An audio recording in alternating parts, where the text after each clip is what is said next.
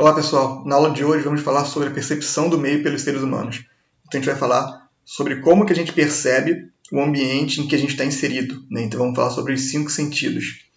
E antes de começar, peço para vocês se inscreverem no canal para dar aquela força. Vamos começar pela visão, né? Então estou mostrando aqui nessa imagem a estrutura de um olho humano, né? Então um olho igual ao nosso. O olho humano ele identifica e diferencia as cores, formas e tamanhos. Eles são esféricos e se localizam nas cavidades orbitais, né? Então aqui na nossa cabeça. Eles possuem 3 camadas, sendo a mais externa a esclerótica, branca na frente e transparente atrás, e a parte de trás forma a córnea. A coroide é mais escura e é irrigada por muitos vasos sanguíneos. E a retina, que é a mais interna, né? Fica mais na parte de dentro do olho, e é onde se formam as imagens e se comunica com o cérebro pelo nervo óptico. A córnea e a lente, ou a lente também pode ser chamada de cristalino, são lentes que são responsáveis pela convergência dos raios de luz, ou seja, quando a luminosidade entra no nosso olho e elas convergem para um lugar só para que seja formada uma imagem. E a lente ela regula a curvatura e focaliza a imagem que a gente está enxergando. Os canais das glândulas lacrimais se localizam nos cantos internos dos olhos, né, e liberam lágrimas para lubrificar e proteger a superfície da córnea. A íris possui pigmentos e dão cor aos olhos, está aqui na imagem mostrando. Ela é formada pelo tecido muscular, que tem um buraco no meio, né, e esse buraco no meio é a pupila. Em luminosidade alta, o diâmetro da pupila diminui, vou mostrar a seguir uma imagem para vocês, e a luminosidade baixa, o diâmetro da pupila aumenta. O humor vítreo é um líquido viscoso e transparente que ajuda a manter a forma do olho. Então, o humor vítreo ele faz com que, ajuda que o nosso olho tenha essa forma globular. A gente está vendo aqui a imagem das pupilas, uma maior que a outra. Aqui do lado esquerdo, essa aqui, ela está menor. Por quê? Porque ela está recebendo uma grande quantidade de luz. Quando o nosso olho recebe uma grande quantidade de luz, o nosso sistema nervoso envia informação para o olho para que ele contraia a pupila. Contraindo a pupila, ele evita que uma grande quantidade de luz entre no olho e venha causar qualquer tipo de problema. E do lado esquerdo, a gente vê uma pupila maior, porque ela está recebendo menos luz. Se está recebendo menos luz, a pupila ela aumenta para que a gente consiga captar a maior quantidade de luz possível, para que a gente consiga enxergar num ambiente mais escuro. Então, vocês podem ver que, por exemplo, quando a gente vai dormir, vocês estão no seu quarto e apagam a luz. Quando vocês apagam a luz, momentaneamente a gente não enxerga nada, né? A gente passa do claro para o escuro e não enxerga nada. Mas, passando alguns segundos, o nosso olho ele se adapta àquela escuridão e a gente passa a enxergar alguma coisa, enxergar algumas penumbras no nosso quarto. Por quê? Porque a nossa pupila ela aumentou e a maior quantidade de luz, mais luz do que estava entrando com ela pequena, passa a entrar no nosso olho e a gente começa a enxergar algumas formas no nosso quarto. A retina ela é formada por células fotossensíveis. O que são células fotossensíveis? São células que são sensíveis à luz. E essas células são os cones e bastonetes. Eles são chamados assim porque eles têm as formas de um cone e de um bastonete. O cone ele possui a sensibilidade para a percepção de cores e os bastonetes são sensíveis à intensidade de luz. Vamos ver agora como que as imagens são formadas no nosso olho. Quando a gente enxerga um objeto ou um organismo, a gente identifica a luz que aquele objeto está emitindo ou a luz que está sendo refletida nele. Essa luz chega na retina e a imagem é formada. É interessante que a imagem que é formada na retina, ela é uma imagem invertida. O nosso cérebro aqui depois vai corrigir a imagem, fazendo com que a gente enxergue as coisas normalmente como a gente enxerga, né? A fóvea é a região da retina que possui maior quantidade de células fotorreceptoras. Então, ali a fóvea na parte de trás do olho. Células fotorreceptoras são células receptoras de luz. As células fotossensíveis são estimuladas e geram impulsos nervosos que são levados até o cérebro. Acho que inclusive na aula passada a gente falou muito sobre nosso sistema nervoso central e periférico. Então, a luz chega no nosso olho, as células que são fotossensíveis vão ser estimuladas, esse estímulo vai até o cérebro e, né, então depois o cérebro vai identificar qual o tipo de estímulo que a gente está recebendo. E existe um ponto cego, né, que é a região da retina, de onde sai o nervo óptico. É uma região onde não forma imagem, porque não possui cones e nem bastonetes. Vamos ver agora algumas anomalias, né, alguns problemas de visão que as pessoas podem ter. Numa visão normal, a imagem é formada na retina, em posição invertida, como eu falei anteriormente. E, caso a pessoa tenha algum problema de visão, são usadas lentes para corrigir esses problemas. Essas lentes elas podem ser convergentes ou divergentes. A luz entra, né, passa pela lente e é espalhada para dentro do nosso olho. Miopia. Na miopia, a imagem se forma na frente da retina. Ela não se forma na retina, ela se forma na frente, como a gente pode ver aqui na imagem. Na parte de cima, a gente está vendo onde a imagem de uma pessoa com miopia é formada, e embaixo, onde a imagem deveria ser formada e onde é formada quando se usa uma lente para corrigir esse problema. Geralmente, quem tem aí a miopia tem um formato do olho mais longo e a imagem de longe é desfocada. Então, eu enxergo, né, a miopia é um problema que eu tenho, eu enxergo de perto, mas de longe eu vejo tudo desfocado. E para corrigir esse problema, eu uso óculos com lentes divergentes, fazendo com que a luz passe pela lente e faça com que a imagem formada no meu olho passe a ser agora na retina e não na frente dela. Já na hipermetropia, a imagem se forma depois da retina. Está vendo aqui na imagem, na parte de cima, onde é formada a imagem de uma pessoa que tem hipermetropia, e na de baixo, onde ela deveria ser formada e onde passa a ser formada depois que a pessoa usa uma lente para corrigir esse problema.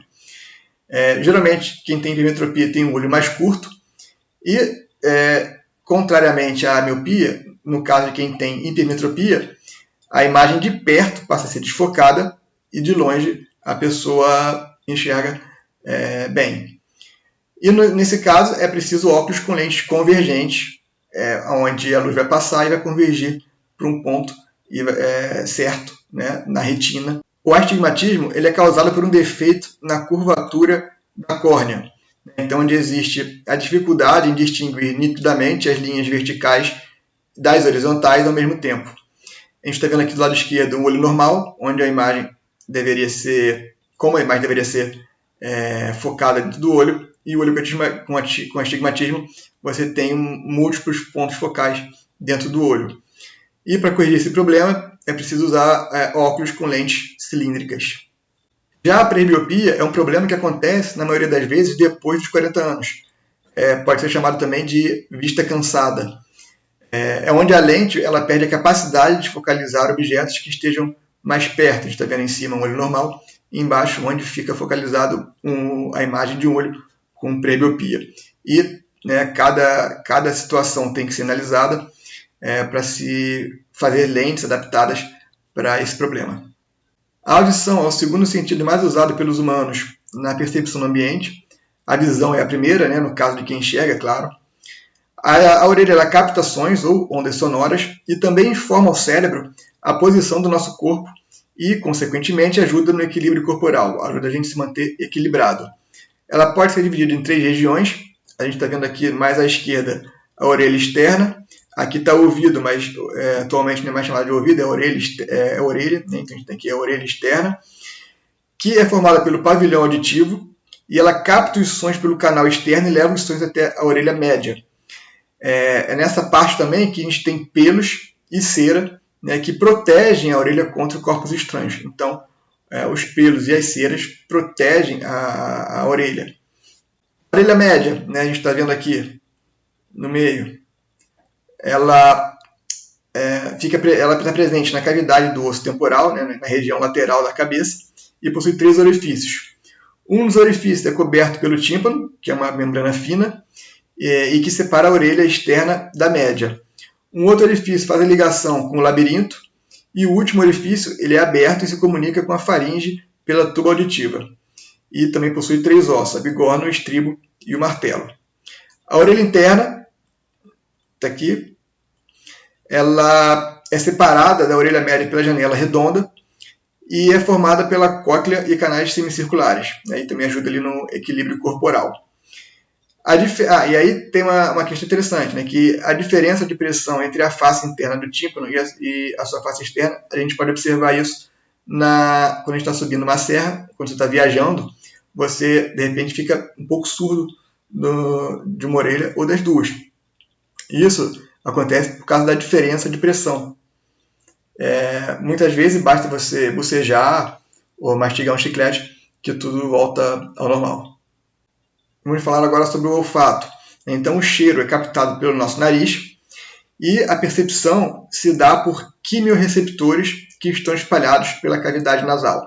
Então, a gente tem vários desses quimiorreceptores na nossa cavidade nasal e quando a gente sente ali um aroma, um cheiro, ele é percebido por esses quimiorreceptores. Então, está ali, as partículas odoríferas passam pelas narinas e chegam nas cavidades nasais que se localizam dentro do crânio, acima do céu da boca. Lá são captados pelos quimiorreceptores do olfato. Estimuladas, ou seja, recebem um estímulo, essas células emitem um impulso nervoso que vai até o cérebro, que identifica o cheiro. E esse cheiro, né, fica guardado na nossa memória olfativa.